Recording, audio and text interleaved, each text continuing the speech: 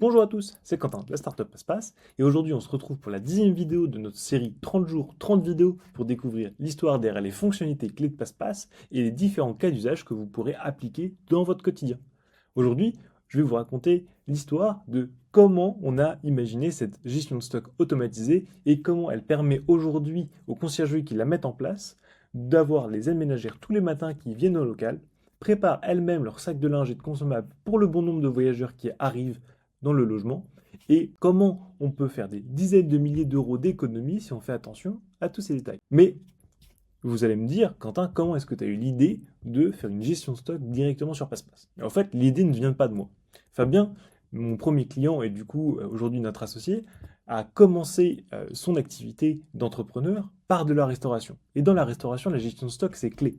Et donc, nécessairement, lorsqu'il s'est lancé dans la conciergerie, il s'est dit que la gestion de stock et le fait de s'assurer qu'il n'y ait pas de vol ou de surutilisation des consommables, du linge, des produits d'entretien qu'il met à disposition était essentiel. Et donc, je me rappelle encore, la première fois que je l'ai rencontré, faire un rendez-vous avec son ami Julien, qui est aujourd'hui le patron de Cozy Smart, une des sociétés sur laquelle on travaille, qui avait développé en fait un système de scanette avec un ordinateur, des codes barres, afin justement que les aides ménagères tous les matins déstockent en scannant justement le code barre et restockent ce qu'elles n'avaient pas utilisé durant la journée en rescannant ces codes barres lorsqu'elles remettent le linge dans le stock. Moi, en voyant ça, je me suis dit, mais qu'est-ce qui permet de définir le nombre de quantités qu'il faut? C'est le nombre de voyageurs dans le logement et la composition du logement. Qu'est-ce qui permettrait, au fait, de faire ce décompte? Tout simplement, si on leur dit ce qu'il faut préparer tous les matins et qu'elles cliquent sur « J'ai préparé ces équipements », alors ces quantités vont être déstockées automatiquement dans le stock. Et si justement elles finissent leur mission et qu'elles se rendent compte qu'il leur reste du linge propre, des consommables qui n'avaient pas été utilisés par les voyageurs, ou alors du linge qui est non conforme, taché, même s'il est propre, parce que la blanchisserie n'a pas fait attention. Alors, il faut que l'aide ménagère, à la fin de sa mission de ménage, elle puisse restocker toutes ces informations, qu'elle puisse restocker numériquement les consommables qu'elle n'a pas utilisés. Et donc, on retourne sur Passe-Passe pour que je vous présente tout ça. Et on est sur Passe-Passe. Et donc, comme je vous l'ai précisé au début de ma présentation, en fait, cette gestion de stock, elle est faite pour les conciergeries qui ont un local, qui justement ont une gestion centralisée de leur stock de linge, consommables et kits de bienvenue, produits d'entretien, etc. et qui veulent suivre en fait l'évolution de ces quantités directement à distance pour savoir s'ils doivent demander plus de quantité de linge à leur blanchisserie industrielle ou qu'ils aillent faire les courses rapidement pour éviter la pénurie et du coup ne pas tenir les standards de qualité qui sont annoncés aux voyageurs. Et donc, comment ça fonctionne? Comment on paramètre ça sur Passe-Passe? En fait, on est parti du principe que dans un local, il y avait plusieurs types de stocks. Un stock de linge, où il faut suivre le linge sale, propre, en cours d'utilisation dans les logements, mais aussi défectueux, tout simplement parce qu'il y a beaucoup de linge défectueux qui peut revenir des blanchisseries, tout simplement parce qu'il y a des taches qui ne partent pas au lavage et qui ne peuvent pas non plus être mis comme ça à disposition des voyageurs, parce qu'ils auront l'impression qu'en fait vous ne l'avez pas lavé, ce linge. Donc il y a le stock de linge, le stock du kit de bienvenue, donc tout ce que vous allez mettre à disposition des voyageurs systématiquement à chaque séjour, les produits à avoir dans le logement, donc ce qu'il faut réassortir dans le logement, comme vous pouvez le voir, le liquide vaisselle, l'éponge, etc., à chaque séjour, et du coup les matériels et produits ménagers que vous allez mettre à disposition des prestataires de ménage dans votre stock pour suivre si elles en ont utilisé et s'il en manque pour qu'elles puissent continuer de faire leur mission correctement.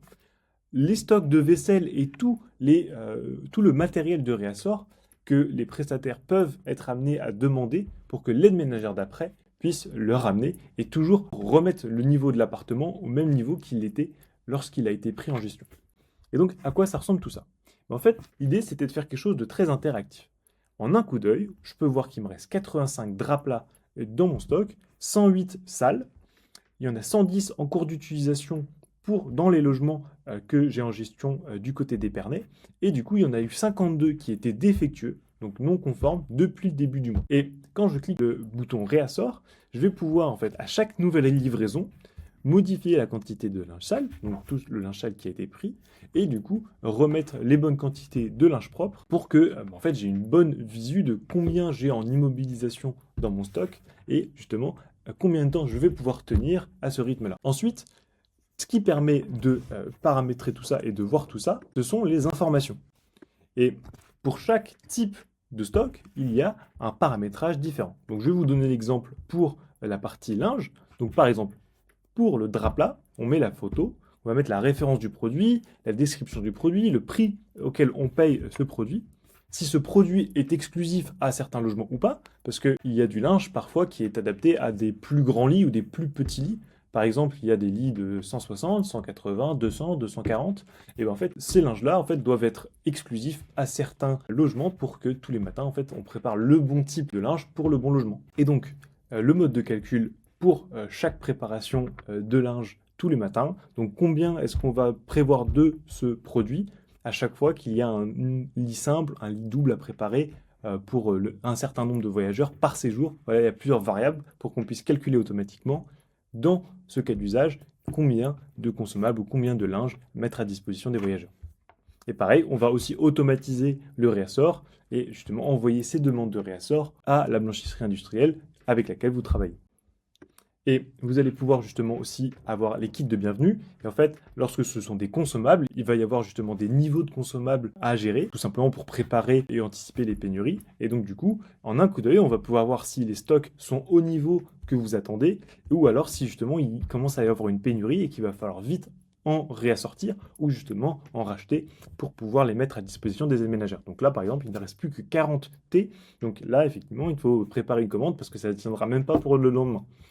Et ensuite, il y aura le matériel et les produits ménagers que vos prestataires pourront prendre en libre service dans votre stock, mais pour lesquels vous devrez avoir une notification de où en est votre stock à ce niveau-là. Donc là, par exemple, vous avez le désodorisant où il n'y a plus de désodorisant, donc il faut en racheter, sinon les aménageurs ne pourront plus en utiliser. Le nombre d'éponges, produits à sol, le sel, le poivre, les grands sacs, petits sacs, serpillères, tout ça, tout ça. Toutes ces choses-là, en fait, qui peuvent être pris individuellement par les aménageurs, en plus des sacs qu'on leur demande de préparer tous les matins. Et enfin, la vaisselle. Donc ça, ce sont tous les stocks de vaisselle ou de produits de réassort que vous allez mettre à disposition des aménageurs pour qu'elles puissent vous notifier, tiens, il manque ça dans le logement, il faudrait que tu en ramènes la prochaine fois. Et en fait, ça permettra d'être un pense-bête pour justement toujours remettre à niveau le logement comme prévu dans l'annonce. Et donc, si vous vous demandez à quoi ça ressemble tous les matins lorsqu'on prépare un sac de linge, lorsqu'on est une aide ménagère, ben en fait, on va voir le détail du nombre de voyageurs et du nombre de lits doubles exacts à préparer, les différents niveaux de stock pour 2 lits doubles, il y aura 2 draps plats, 2 housses de couette, un tapis de bain, un torchon, 4 thés d'oreiller, 3 grandes serviettes, 3 petites serviettes, 2 housses de couette rose. Là, c'est bien 4 thés d'oreiller, tout simplement parce qu'en fait, on va préparer les 2 coussins du lit double, même s'il y a une seule personne qui dort dedans. Et ensuite, les kits de bienvenue, donc 3 bonbons, 6 cafés de Senseo, 6 thés, un kit de salle de bain, 9 sucres, une pastille de la vaisselle et 3 papiers WC. Et donc là, globalement, une fois qu'elle clique là-dessus, bah, tout est déstocké.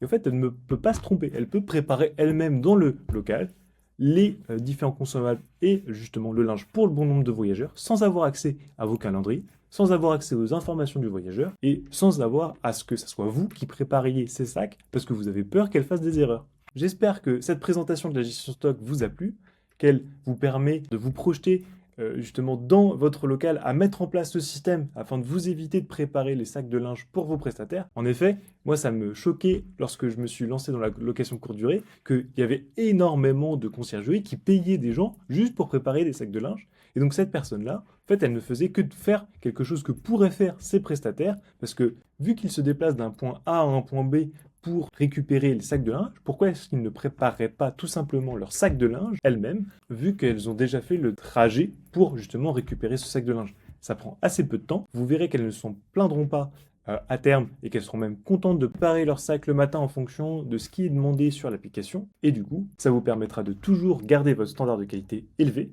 que vous ayez une aide ménagère débutante qui ne connaît pas vos stocks, les besoins des logements, ou alors que vous ayez une aide ménagère pro qui va pouvoir justement s'assurer en fait que les différents équipements sont bien réassortis dans le logement.